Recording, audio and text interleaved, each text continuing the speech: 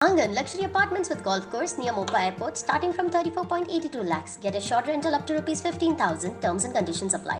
मैं वही कह रहा हूं क्योंकि मेरे सभी आयुर्वेद वैद्य के मेरे सभी भाई और बहनों, मुझे लगता है जैसे 25 साल से आयुर्वेद व्यासपीठ सेवा शिक्षण प्रसार और इसका कार्य 25 साल से पूरे समाज में कर रहे हैं और उसी की प्रचिति है कि आज 25 साल के बाद हम सभी यानी इस स्तर पर पहुंचे हैं। समाज में समाज मान्यता मिलने का कार्यक्रम, आयुर्वेद को जो समाज मान्यता चाहिए थी, इसमें आयुर्वेद व्यासपीठ का बहुत बड़ा कार्य है और इसीलिए मुझे लगता है कि आज इस समाज मान्यता के ऊपर हम सभी पहुंचे हैं। हम आयुर्वेद व्यासपीठ का कार्य इसलिए मैं वंदनीय है कि जिस तरह से सभी आयुर्वेद जिनका सभी अभी माननीय सरसंघ चालक जी से उनका सम्मान किया गया, लास्ट 25 सालों से सभी पूरे अपने तन मन धन दे के आयुर्वेद व्यासपीठ का काम कर रहे हैं, आयुर्वेद का काम कर रहे हैं और पूरे आयुर्वेद सभी जगह पहुंचाने का काम ये सभी कार्यकर्ता लोग और खास करके जो प्रचारक आयुर्वेद व्यासपीठ के पूर्णकालीन प्रचारक है, जो इनका कार्य बहुत बड़ा कार्य है। और फिर एक बार मैं इन सभी लोगों का बहुत बहुत अभिनंदन करता हूं इस कार्य करने के लिए। सेवा, संशोधन, प्रचार और शिक्षण, इस 4 स्तंभ पर आयुर्वेद व्यासपीठ जिस तरह से कार्य कर रहे हैं और जिस तरह से पूरे आयुर्वेद व्यासपीठ ने जिस विद्यार्थी, शिक्षक, वैद्य, औषध उत्पादक, संशोधक, इस सभी तक आयुर्वेद का कार्य पहुंचाया है। मुझे लगता है कि आयुर्वेद व्यासपीठ का कार्य पहले महाराष्ट्र से शुरू हुआ था और इसका पूरा कार्य अभी महाराष्ट्र, गुजरात, गोवा, मध्य प्रदेश, पूरे देश भर में कार्य उनका चल रहा है। इसलिए वैद्य वेलनकर जी का मैं बहुत बहुत अभिनंदन करता हूं और इससे भी आगे आज हम 25 साल मना रहे हैं, इसके बाद में 50 साल और आगे 100 साल तक इस कार्य को मैं बहुत बहुत शुभकामनाएं देता हूं। धन्वंतरी के समुद्र मंथन से इस आयुर्वेद की उत्पत्ति हुई है और उसी समुद्र मंथन से तब से लेके आज तक मीन्स आयुर्वेद के पूरे ग्रंथ, चरक, सुश्रुत, वाग्भट, इस सभी ग्रंथ से जो आयुर्वेद हम लोगों तक पहुंचा रहे हैं, वही ज्ञान सागर आज भी हमारे सभी वैद्य सभी लोगों तक पहुंचाने का कार्य अविरत तरह से सभी लोग कर रहे हैं। इस 3 दिन के इस कार्यक्रम में मुझे लगता है कि workshops, lectures, discussion sessions, exhibitions और खास करके the free of cost OPTs, जिस तरह से फ्री ऑफ कॉस्ट ओपीडीज रखी है, इसका पूरा फायदा आयुर्वेद वैद्य के साथ साथ खास करके विद्यार्थी लोग और खास करके जो कॉमन पीपल, इन सभी को इनका बहुत बहुत उसका फायदा मिल जाएगा। मुझे बहुत से लोग पूछते हैं कि माननीय मोदी आने के बाद अच्छे दिन किन किन लोगों को मिले, तो मैं सबसे पहले कहता हूं कि अच्छे दिन आयुर्वेदा को आए हैं।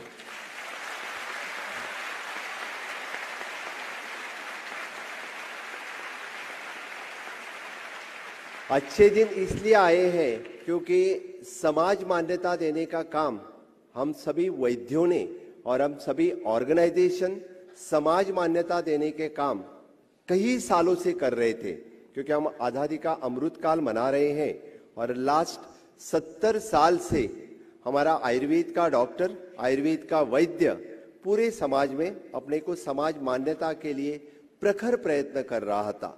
और आयुर्वेद जैसे व्यासपीठ ने समाज मान्यता तो मिली थी, लेकिन राज्य मान्यता नहीं मिली थी। राज्य मान्यता देने का काम जो किसी ने किया है तो माननीय मोदी जी ने किया है।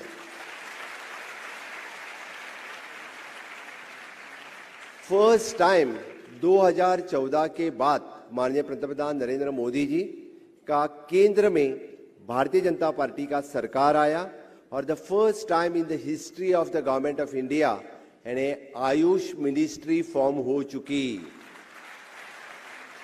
आयुर्वेद, योगा, सिद्धा, यूनानी और होम्योपैथी को अलग से खुद की मिनिस्ट्री मिली और तब के आयुष मिनिस्टर श्री श्रीपाद जी नाइक से अब सोनोवाल जी यहाँ पे हैं। सभी लोग यानी आयुर्वेद के लिए उन्नति कर रहे हैं।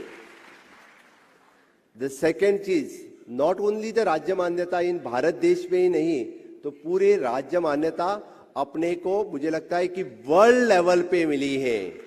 इसीलिए जो पूरे जग भर में हमें मान्यता देने वाले माननीय मोदी जी 21 जून जो योगा दिन बोल के डिक्लेयर किया, और पूरे जग भर में हम उन 121 कंट्री में योगा मनाने लगे। आयुर्वेद को मान्यता पूरे जग भर में माननीय मोदी जी ने दी है।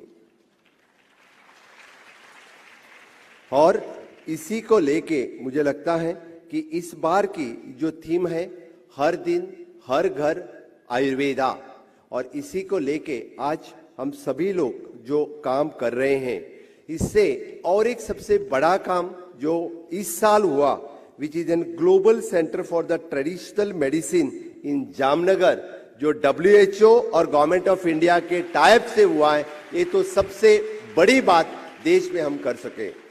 आज तक वर्ल्ड हेल्थ ऑर्गेनाइजेशन ने आयुर्वेदा को रिकॉग्निशन कभी नहीं दिया था। उसी वर्ल्ड हेल्थ ऑर्गेनाइजेशन को आयुर्वेद को मान्यता देते हुए the global centre for the traditional medicine का एस्टैब्लिशमेंट में जामनगर होना अपने लिए बहुत गर्व की बात है। आयुर्वेद डॉक्टर के लिए एक बहुत गर्व की बात है। हम सिर्फ यानी भारत देश के यानी कैपिटल में नहीं, पूरे जगह के दिस वर्ल्ड के यानी सेंटर में हम पहुंचे। वर्ल्ड हेल्थ ऑर्गेनाइजेशन के सेंटर में ट्रेडिशनल मेडिसिन यानी आयुर्वेद को माननीय मोदी जी लेके गए, ये आयुर्वेद डॉक्टर के लिए बहुत बड़ी बात है। इसीलिए मैं कहता हूं कि जब आयुर्वेद पूरे गांव-गांव तक पहुंच चुका है, आजकल मैं बड़े गर्व से कहता हूं कि आयुर्वेद डॉक्टर के लिए कुछ भी नामुमकिन नहीं है। जब एखादा आयुर्वेदिक डॉक्टर यानी आयुष सेक्रेटरी लेवल पे काम करता है, एखादा आयुर्वेदिक डॉक्टर यानी इस देश के कौन से भी देश में जाके प्रैक्टिस कर सकता है। अभी बोल रहे थे कि अपना डॉक्टर कनाडा से लेके यूरोप तक सभी देश में जाके प्रैक्टिस कर सकता है, और एखादा सिंपल आयुर्वेदिक डॉक्टर इस राज्य का मुख्यमंत्री हो सकता है।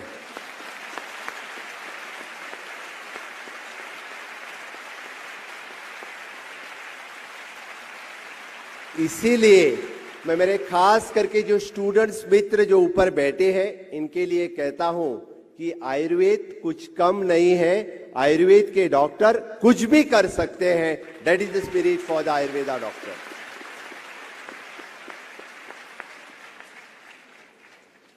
इसलिए मुझे कभी कभी जब मैं खुद पास आउट हुआ था, मैं खुद बता देता हूं कि 1996 में BMS पास होने के बाद आगे क्या करना, ये मेरे सामने भी प्रश्न चिन्ह था, आगे क्या करना। लेकिन मैं ठाम से कहता हूं, मैं खुद आयुर्वेद डॉक्टर बना इसीलिए MLA, स्पीकर और मुख्यमंत्री बन सका। जी हां, कोई बोलेगे व्हाई, बिकॉज जो सोच है, जो आयुर्वेदा की सोच है, समाज के लिए काम करना, इस मानव धर्म के लिए काम करना, इस अंत्योदय के लिए काम करना, यही सोच अपने को लोगों तक लेके जाती है, समाज तक लेके जाती है, अंत्योदय तक लेके जाती है। इसीलिए मैं राजनीति में आया, समाज कारण में आया, और आज इस पद पे यहाँ पे खड़ा हूं। ये आयुर्वेद की देन है।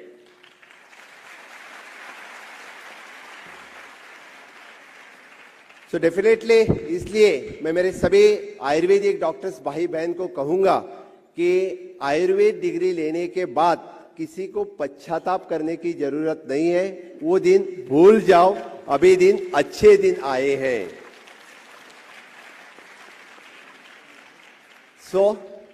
मैं ज्यादा कुछ बात नहीं कहूंगा, लेकिन आयुर्वेद के बारे में तो 3 दिन आप सभी जो वैद्य लोग यहाँ पे बैठे हैं, जो रिसर्चर है, जो स्कॉलर्स है, जो आयुर्वेद में बात करने वाले, एक से बढ़ के एक मुझसे बहुत ही ज्यादा जानकार यहाँ पे व्यासपीठ पे है।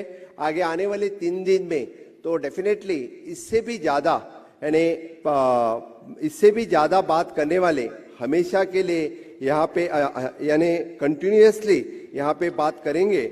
लेकिन मैं एक 2-3 बात आपके सामने डेफिनेटली रखूंगा, क्योंकि हमारे आयुष मिनिस्टर यहाँ पे हैं और उन्होंने बात खास करके, it is an insurance claim for the Ayurveda doctor. सभी डॉक्टर से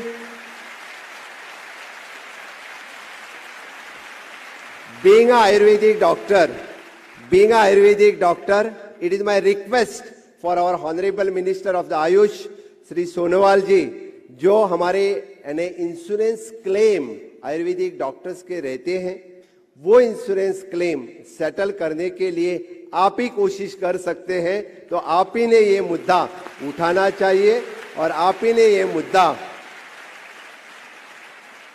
IRDA के सामने लेके रिजॉल्व करना। मुझे लगता है सबसे मैं आपको रिक्वेस्ट करता हूं कि आप डेफिनेटली इस मुद्दा रिजॉल्व करेंगे। तो फिर उसके बाद में हर दिन हर घर आयुर्वेद के लिए ज्यादा है, मुझे डेफिनेटली इसके बाद हर दिन हर घर आयुर्वेदा डेफिनेटली हो सकता है। हम माननीय मोदी जी से कह सकते हैं कि हर रोज आयुर्वेद चलेगा। इससे बाकी ज्यादा बात न करते हुए मुझे लगता है कि आयुर्वेद का खास करके दिनचर्या और ऋतुचर्या उपक्रम जो हमेशा के लिए हम सभी लोग प्रैक्टिस करते आए हैं, विच दिनचर्या और ऋतुचर्या उपक्रम हमने सभी के लिए प्रैक्टिस किया, तो उसका बहुत फायदा यानी लोगों को हो सकता है। और मैडम ने जो एक उल्लेख किया कि महिला वैद्य बहुत कम प्रैक्टिस करते हैं, लेकिन आज अब आयुर्वेद व्यासपीठ को सम्मेलन को लेके मुझे लगता है इससे आगे महिला वैद्य यहाँ पे ज्यादा उपस्थित है और इससे ज्यादा यानी प्रैक्टिस में डेफिनेटली ज्यादा प्रैक्टिस में लोग सभी लोग आ जाएंगे। इसी को कहते हुए विच आर खास करके which is an we are practising in the non communicable diseases, specially to treat the heart diseases, cancer diseases, diabetics, mental disorders. इसके लिए खास करके आयुर्वेद के लोग ज्यादा करके प्रैक्टिस कर सकते हैं।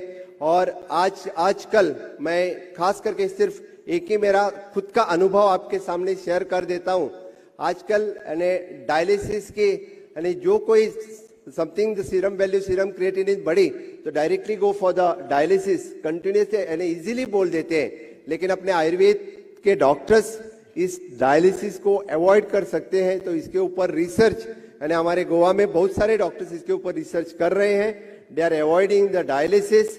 हम लोगों को अच्छी जिंदगी दे सकते हैं, इसके लिए भी आयुर्वेद व्यासपीठ ने ये मुद्दा उठा के काम करना जरूरी रहेगा। And which will be the USP for the Ayurveda. यही मुझे लगता है आयुर्वेद के इसी मैं श्रद्धा, सेवा भाव, निष्ठा से मैं आयुर्वेद के लिए काम करता आया हूँ। आयुर्वेद का एक सिंपल कार्यकर्ता होते हुए यानी जब से मैंने आयुर्वेद पास आउट किया है मैंने उसी दिन से आयुर्वेद के लिए काम करता आया हूँ। पहले for the National Integrated NIMA, National Integrated Medical Association, उसके बाद में आयुर्वेद व्यासपीठ, उसके बाद में Goa Indian System Board of Ayurveda, उसका मैं सदस्य रह चुका हूँ। उसके बाद में CCIM, central council for the Indian medicine, अभी NCIM, सर डॉक्टर देव पुजारी यहाँ पे हैं, इनके साथ भी काम करने का मुझे योग मिला। आयुर्वेद के टॉप लेवल बॉडी पे काम करने का योग मुझे आयुर्वेद ने दे दिया। इसीलिए बोलता हूँ कि ग्रेजुएट पास आउट होने से आज तक आयुर्वेदा के लिए पूरे देश भर में यानी डिफरेंट प्रोग्राम्स और डिफरेंट काम करते सभी के लिए सबसे मुझे काम करने का योग हमेशा के लिए मिला। और आज इस आयुर्वेद व्यासपीठ के वास्ते मैं इस व्यासपीठ से बात करते हुए आप सबको मैं वर्ल्ड आयुर्वेद कांग्रेस जो गोवा में होने जा रहा है 8 तारीख से 11 तारीख को, इसीलिए सभी को मैं इनवाइट करता हूं कि वर्ल्ड आयुर्वेद कांग्रेस में आप सभी लोग इनवाइटेड हैं, आप सभी लोग आ जाएंगे। और एक बड़ी खुशी की बात है, अपने डॉक्टर श्री सोनोवाल जी के आयुष मिनिस्ट्री के थ्रू यानी एम्स का यानी आयुष हॉस्पिटल सबसे बड़ा गोवा में होने जा रहा है। ये भी गोवा के लिए बहुत बड़ी बात है, which is a proud moment for me as the chief minister of the Goa. हम सभी मिलके यानी गोवा में हम वेलनेस टूरिज्म को बढ़ावा दे रहे हैं और वेलनेस टूरिज्म ने सबसे ज्यादा इंपॉर्टेंट रोल कोई प्ले करता है तो which is only and only the Ayurveda. इसीलिए वेलनेस टूरिज्म में हमारे सभी डॉक्टर्स यानी ज्यादा से ज्यादा काम करेंगे। मैं फिर एक बार बहुत बहुत आयुर्वेद व्यासपीठ का आभार व्यक्त करता हूं कि आज मुझे यहां से बात करने का मौका मिला और यही कैंपेन लेके जाएंगे, हर दिन, हर रोज, हर घर आयुर्वेद। जय आयुर्वेद।